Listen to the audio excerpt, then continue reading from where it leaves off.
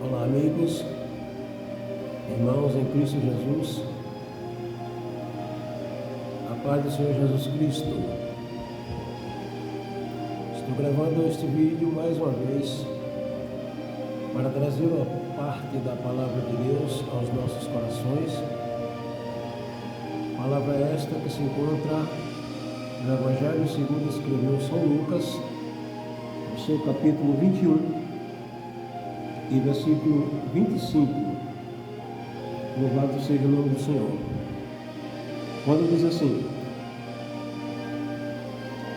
e haverá sinais no sol e na lua e nas estrelas, e na terra angústia das nações, em perplexidade pelo bramido do mar e das ondas, homens desmaiando de terror, na expectação das coisas que sobrevirão ao mundo, porque as virtudes do céu serão abaladas. E então verão vir o Filho do Homem numa nuvem com poder e grande glória. Louvado e engrandecido é o nome do Senhor. Queridos, nós sabemos que não existe maior pregador para informar a proximidade da volta do Filho de Deus, além do próprio tempo. Os sinais da natureza, os sinais que estão aí patentes aos nossos olhos, eles são os verdadeiros pregadores, os verdadeiros arautos da palavra de Deus, pois eles informam cabalmente que o Senhor está voltando.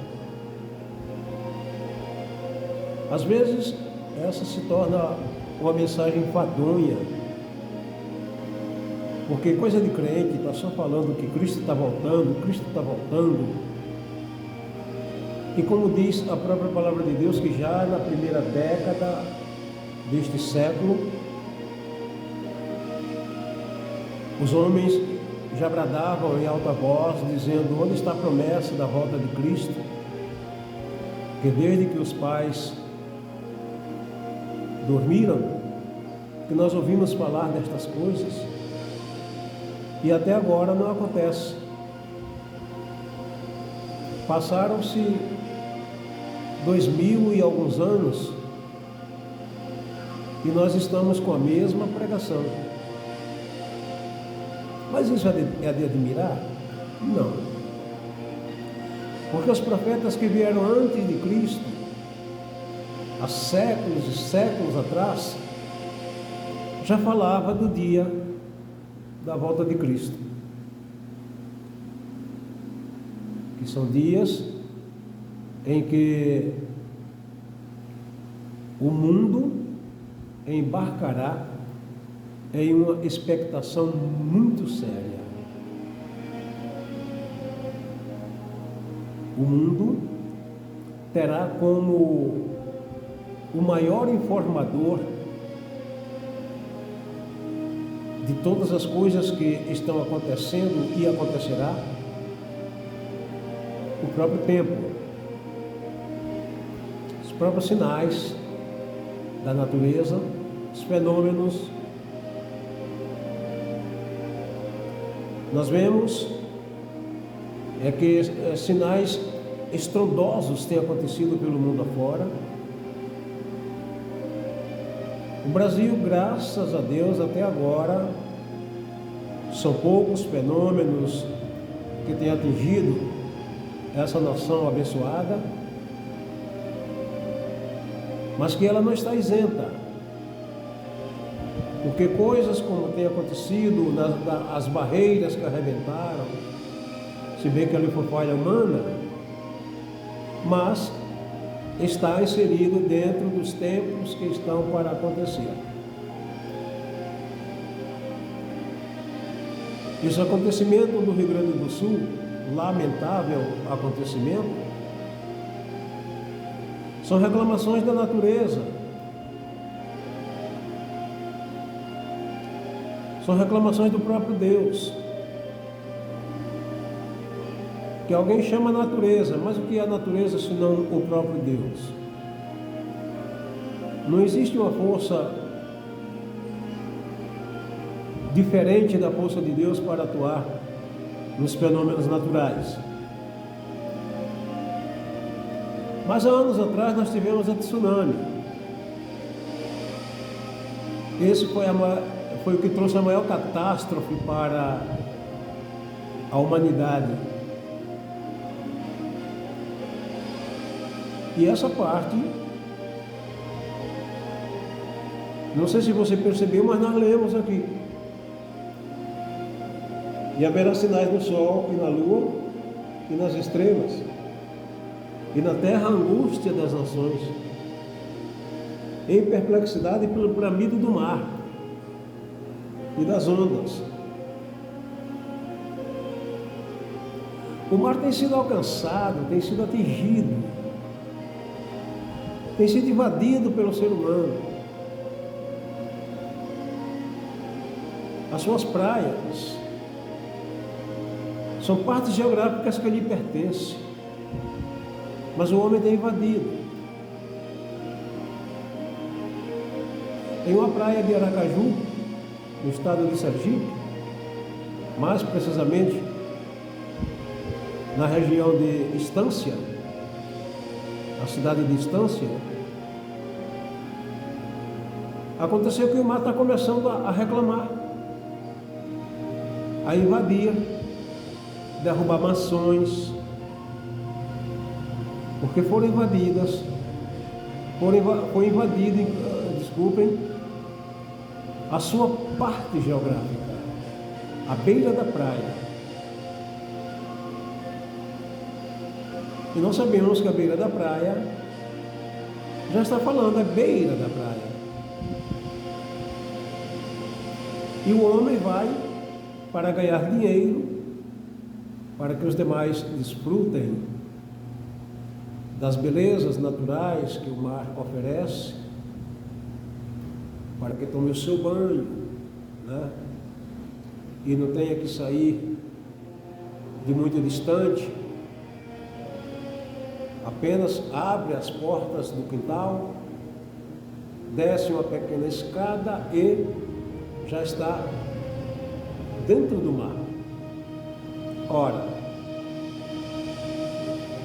o mar, por sua vez, vai reclamar. É o espaço dele.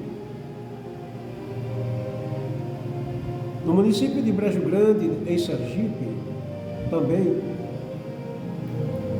em um povoado chamado Cabeça, era um povoado que tinha uns poucos mil, talvez 1.000 e poucos habitantes, mas era um povoado de pescadores, de pessoas que aproveitavam o turismo, daqueles que haveriam, ou que iam, melhor dizendo, fazer os seus piqueniques, fazer as suas diversões à beira do mar, ali naquela praia, que era, por sinal, uma praia muito excelente. Mas o que é que aconteceu? A reclamação do mar fez com que onda se levantasse e invadisse aquele ambiente e acabou com aquele povoado. E o povo teve que sair às pressas para uma parte mais distante, a fim de não sofrerem morte prematura por afogamento. A tsunami, queridos, nada mais foi do que uma reclamação da natureza para mostrar que o Deus que domina o universo é Ele quem dá as ordens, é Ele quem faz as coisas acontecer, seja na terra, no ar ou no mar.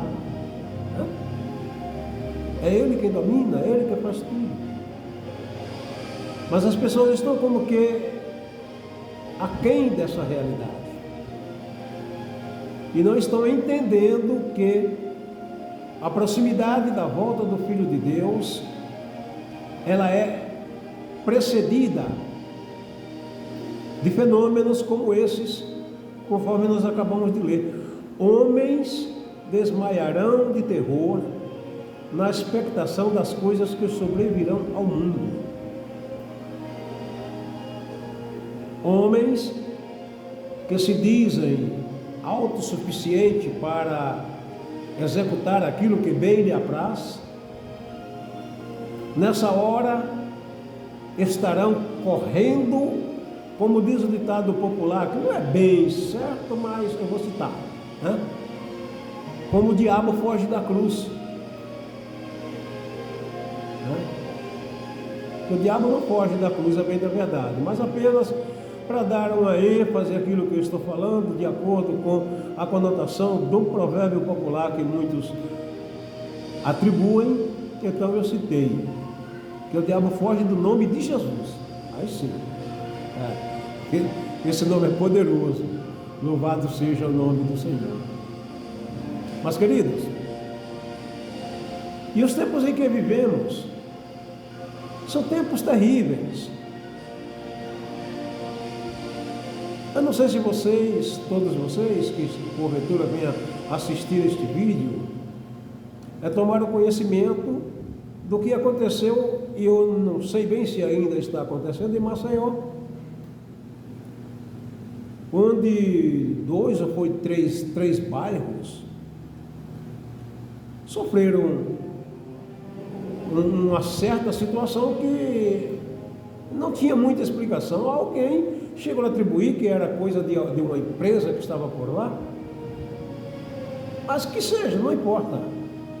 São coisas que sobrevirão ao mundo e que deixa o homem estupefato, deixa o homem de forma que ele não entende, e por não entender ele fica admirado, sem saber o que fazer.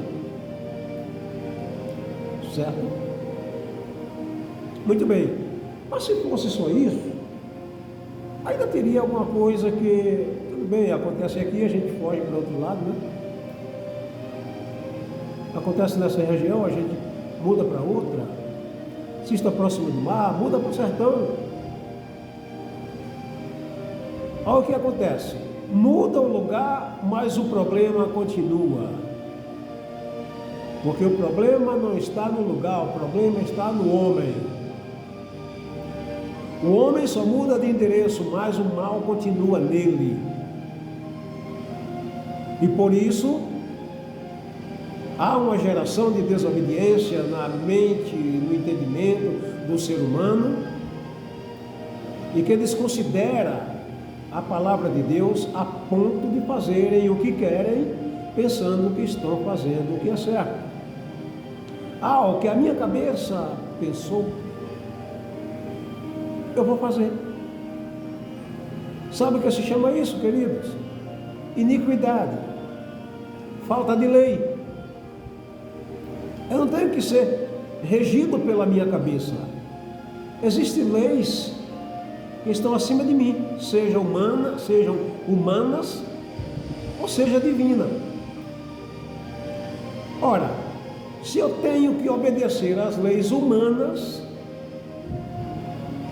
agora como é que nós vamos nos portar diante da lei divina? Sabendo que o ser humano, por mais poderoso que ele se ache, ele pode ser um vereador, ele pode ser um prefeito, ele pode ser um deputado estadual, deputado federal, ele pode ser um senador, ele pode ser um membro do Congresso Nacional, ele pode ser um ministro do Supremo Tribunal, ele pode ser o presidente da República, pode ser o que for. Existe alguém acima dele que rege o que há de acontecer neste mundo. Louvado seja o nome do Senhor. Então essa mensagem tem como objetivo trazer uma orientação para que as pessoas caiam na realidade. Eu, querido, e você, nós não somos absolutamente nada. Agora tem uma coisa: se eu e você colocarmos Deus na nossa vida, nós seremos alguma coisa sim. Seremos. Sabe por quê? Porque não é a minha mente, não é os meus pensamentos, não são, melhor dizendo, os meus pensamentos, quem vai ditar as regras. É o Cristo que está acima de nós. Ele disse o seguinte, lá no Antigo Testamento, Deus já falou assim: os meus caminhos não são os teus caminhos, nem os meus pensamentos os teus pensamentos. Porque assim como o céu é mais alto do que a terra, assim os meus caminhos são mais altos do que os vossos caminhos, e os meus pensamentos mais altos do que os vossos pensamentos. Então, queridos, nós não somos nada diante da grandeza de Deus. Nós não temos muita coisa a apresentar, porque de nós mesmos não sai nada. Nós temos duas fontes praticamente inesgotáveis de poder e sabedoria. Uma tem o seu limite, porque vai acabar. E a outra é inesgotável, infinitamente inesgotável. Eu estou falando do diabo, que rege este mundo pecaminoso, que é muito poderoso, é muito astuto, é terrível, tem uma força brutal terrível, tem um poder letal muito grande, mas tem uma coisa, tem uma força maior do que ele. A dele vai acabar, mas a de Cristo não, porque Cristo começou vencendo ele no deserto, depois de 40 dias e 40 noites de jejum, sem comer e sem beber. E o diabo, aproveitando das suas astúcias e aproveitando do momento de fragilidade corporal que estava em Cristo, lançou as seguintes insinuações: está com fome? Transforma estas pedras em pães e coma, tu és o Filho de Deus. Jesus o repreendeu dizendo: nem só de pão viverá o homem, assim está escrito. Ele levou para o pináculo do templo, diz: olha, tu és o Filho de Deus, nada é impossível para ti. Lança-te daqui para baixo. E ainda usou a Bíblia, tá? Porque está escrito: aos seus anjos dará ordem a teu respeito, para que te guardem todos os teus caminhos. Eles te sustentarão com as suas mãos, para não tropeçares com o teu pé em pedra.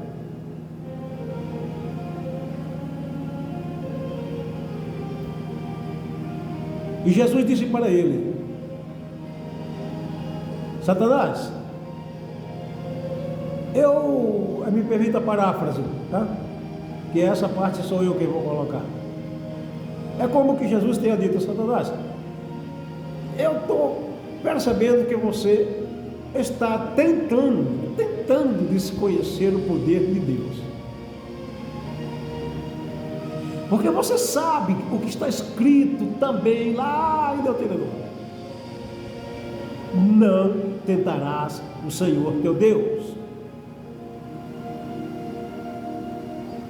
Mas o infeliz, ele é teimoso, ele é astuto, ele é cascudo, ele não tem dó nem de mim nem de você, não teve dó nem do próprio Deus, em forma de homem. Como é que ele vai ter dó de mim e de você? Há alguns aí que abertamente diz que adora ele, coitados. Tenho dó da alma desses. Porque o diabo, ele é o seguinte: ele oferece com uma mão cheia. Ei, é isso que você está precisando, eu tenho aqui, ó. Mas quando ele vai buscar tomar de volta, ele vai com as duas mãos e com garras ferrenhas, terríveis, e arranca o que deu e o que não deu.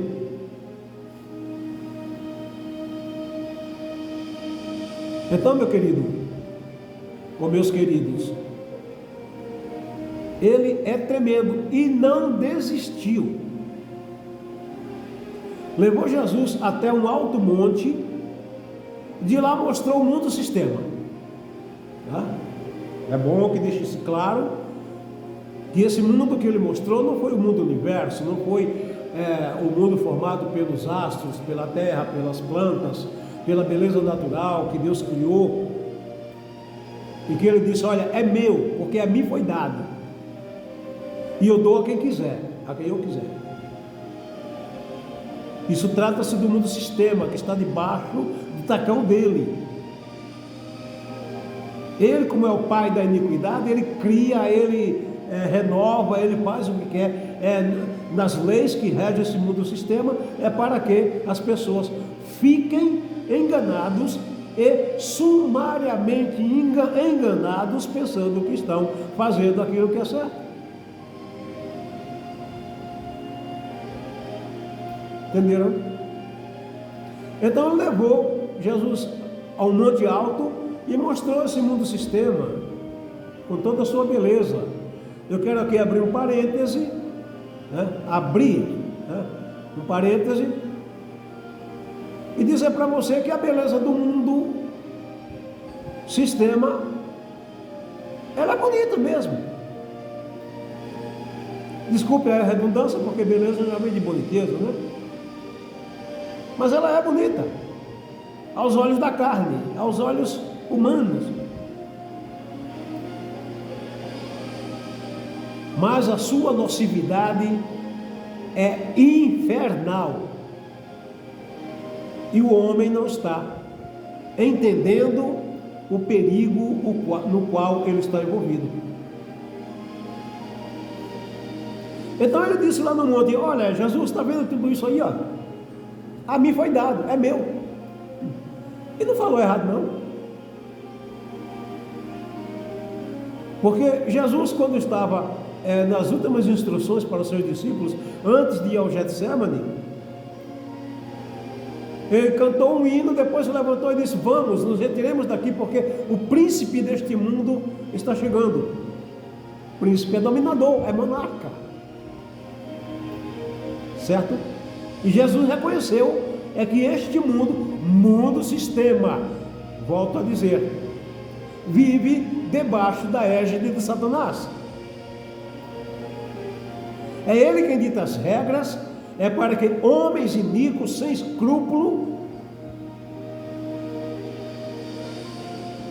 crie leis, invente modas, crie diversões absurdas, entretenimentos para desviar a mente do homem daquilo que é real.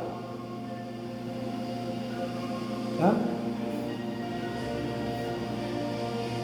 E Jesus disse, ou ele disse para Jesus: te darei tudo, é meu, eu posso dar a quem eu quiser. Então eu darei tudo para você, se você se ajoelhar e me adorar. É isso que ele queria, lá no céu. Mas lá no céu não é lugar de baderna. Então Deus, jogou ele para baixo e sentenciou a ser lançado no lago que vai arder com fogo e enxofre, de dia e de noite. Isso contando, ou na consideração do tempo para o ser humano. No tempo de Deus é apenas um dia, né? Um dia que não se acaba, tanto no céu como no inferno. É um dia que nunca se acaba, certo? Então, como ele não conseguiu lá no céu, ele tenta ser adorado aqui na terra e está conseguindo. Está conseguindo, pelo menos por um pouco de tempo.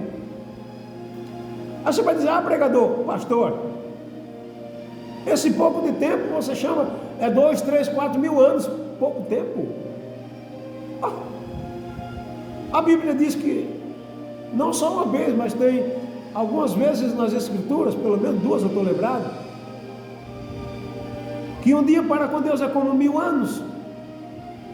Então você considerando 4 mil anos, nós estamos aí em 4 dias.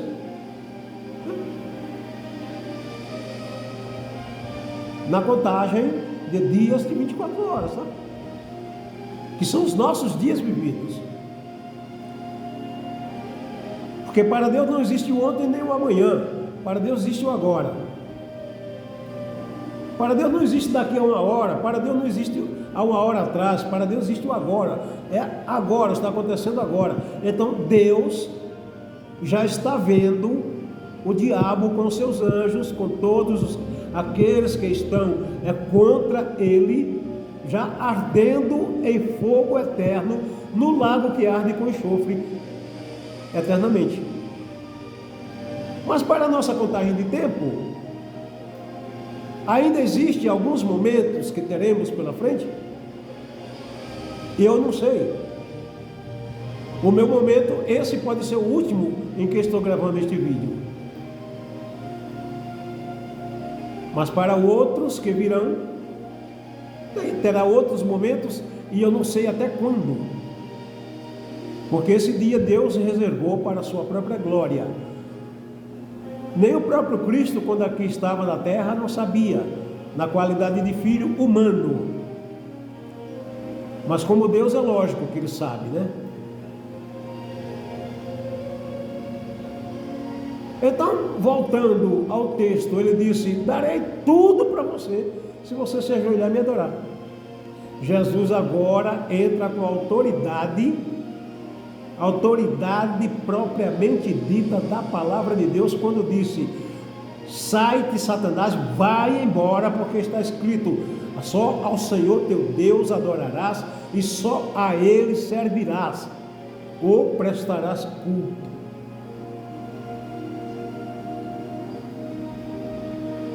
Então, meus amados, a vinda de Cristo está próxima. Então fique esse alerta para você. Eu sei que você vai assistir esse vídeo. Em algum momento você vai abrir lá o YouTube e vai assistir esse vídeo. Em algum momento você vai abrir o Facebook e vai assistir esse vídeo. Então fique atento, porque os poderes do céu serão abalados. As estrelas caíram do céu. Diz o certo pregador que essas estrelas que caíram do céu tem duas conotações. Uma pode ser estrela, fisicamente falando, que cairão, se derreterão.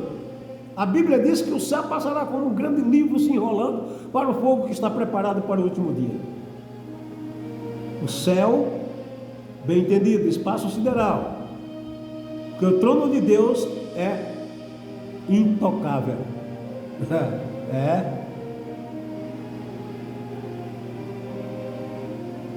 E outros dizem que essas estrelas são as pessoas que se autocolocam como popstar e que voarão aí nas suas naves velocíssimas e que estarão no espaço e cairão. Tem sentido? Até tem, muito vago, mas tem. Porque aqui está falando de poderes do céu.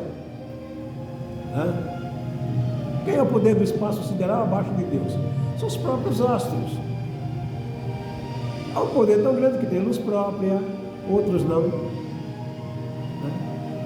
Giram em uma órbita. Deus assim os fez. Mas eles serão abalados. E haverá sinal no sol e na lua. Tu tem acompanhado que volta e meia os homens determinam que um tal eclipse que aconteceu de uma certa forma, só daqui a 100, 150 anos, isso é o que eles dizem, tá? Mas eu estou com 74 anos. Na minha infância, eu lembro muito bem que eu alcancei um eclipse total da lua, uma escuridão terrível. E o meu pai me falava que ele alcançou o eclipse total do sol. Era 10 horas da manhã quando as aves começavam a procurar os seus ninhos, pensando que já era noite, mas era o eclipse do sol. E ultimamente tem acontecido aí, parte se vê, parte não se vê, tem sido eclipses parciais, né? Mas tem acontecido sinais no sol e na lua. E o que é mais interessante? Homens, e aí é onde eu dou risada, porque o poder de Deus é muito grande e o nosso poder como homem não é nada. Homens desmaiarão de terror. Já pensou? Um cidadão que se auto-intitula dominador das situações, de repente se depara com uma situação que fica apavoradíssimo, sem ter uma noção para onde vai, o que fazer, né? E procura meios de tudo quanto é lado e não encontra, e acaba sofrendo desmaio quando a coisa aperta, porque a nossa matéria é fragilíssima. A Bíblia diz que nós somos pó, certo? E qual é a resistência estrutural que o pó tem? Nenhuma. Bate um vento, sopra com um pouco de veemência, levanta-se uma poeira e ele se dispersa pelo espaço. E lógico, vai cair em outras partes. Pensa nisso, meu querido. Pensa nisso, meus queridos.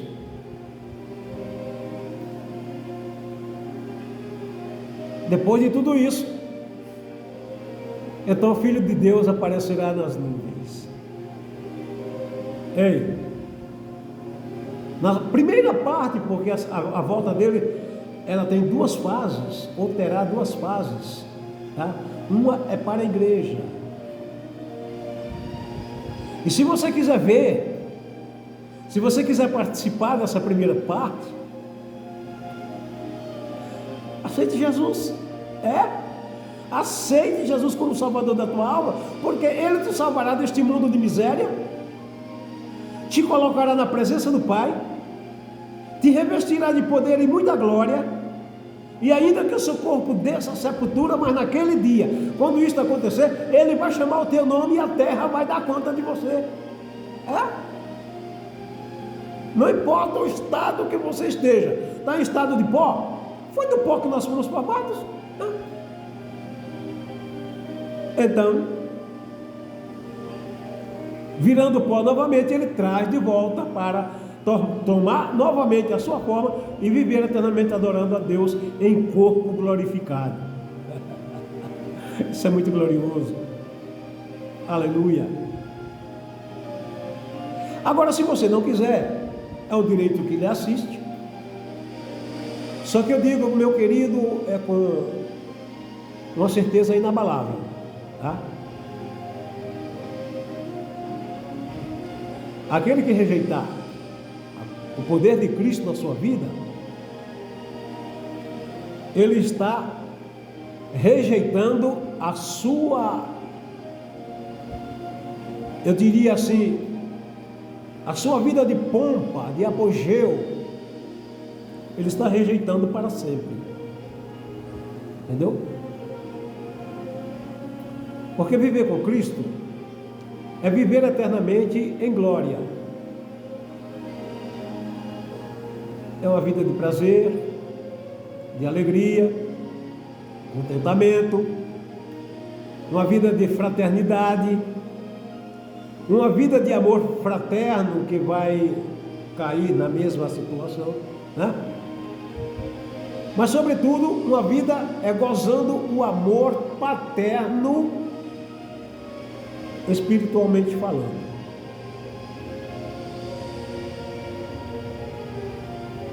Aí para nós não tem. Pode vir o terror que vier, pode vir a situação que vier, pode vir a catástrofe que vier. Se a nossa vida tiver que ser ceifada, nós sabemos para onde vamos. A nossa vida aqui é passageira. Uma coisa é certa: para nós não haverá desmaio pelo terror que a terra vai alcançar. Porque nós estamos garantidos. Você quer ver uma coisa? Vou dar um exemplo agora para encerrar. Se você estuda medicina, se você passou na faculdade, se você passou a estagiar como médico, se você pegou o seu certificado, seu canudo de papel, pegou o seu diploma, dali para frente ninguém poderá dizer que você não é médico. E pode vir as inovações que vierem. A única coisa que você tem que fazer é se atualizar. Porque senão você fica como um médico desatualizado. Se você é um médico que tem conhecimento do que é necessário para curar uma dor de cabeça e uma febre, e não se atualizar, você continuará apenas receitando dipirona. Agora, se você se especializa, aí você vai acompanhando o desenvolvimento das nocividades que alcança o ser humano e vai encontrando os antídotos para combater os venenos. Não é isso? Assim também é a nossa vida espiritual, é a nossa vida aqui na terra. Pode vir o que for. Uma coisa é certa: nós estamos estagiando como aqueles que vão morar no céu. Começa daqui. Quando a tempestade vier, quando esse corpo tombar, aí nós receberemos o nosso diploma. E então estaremos em um conhecimento total da realidade da vida com Deus. Tá certo? Pensa nisso.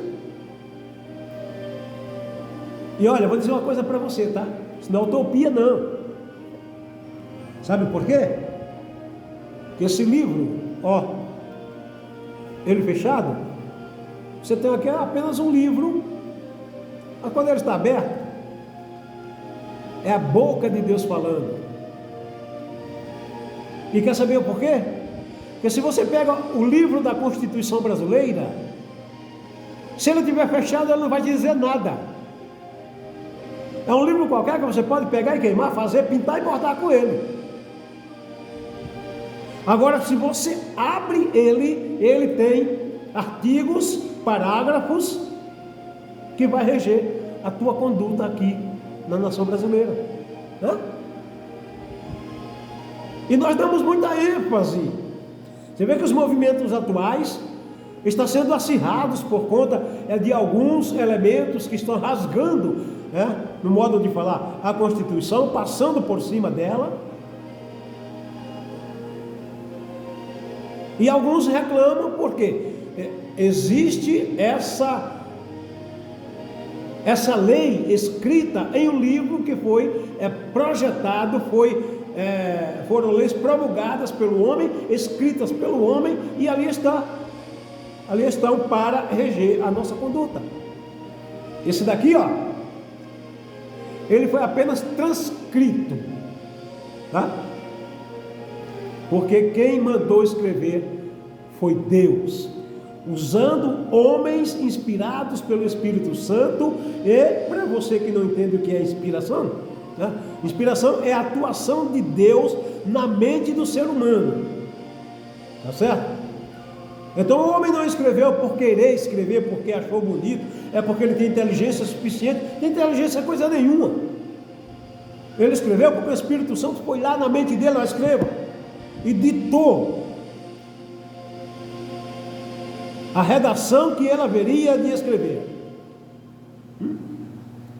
E essa redação, ela é como um espelho para a minha e para a tua vida. Você abre, ela vai dizer exatamente quem você é. Louvado seja o nome do Senhor. Portanto, fique atento para essa realidade. E eu vou encerrar cantando a primeira estrofe de um hino que diz assim, ó: um dia Cristo voltará, ao acender o prometeu, do modo que subiu virá, há de ver o Rei Jesus, os filhos teus. Muito breve, sim, Jesus virá, alegre o verá seu povo, velando todos devem sempre estar, a fim de vê-lo voltar. Então, entre nesse velar também para ver a volta do Filho de Deus e seja grandemente abençoado em nome do Senhor Jesus. Amém? Amém.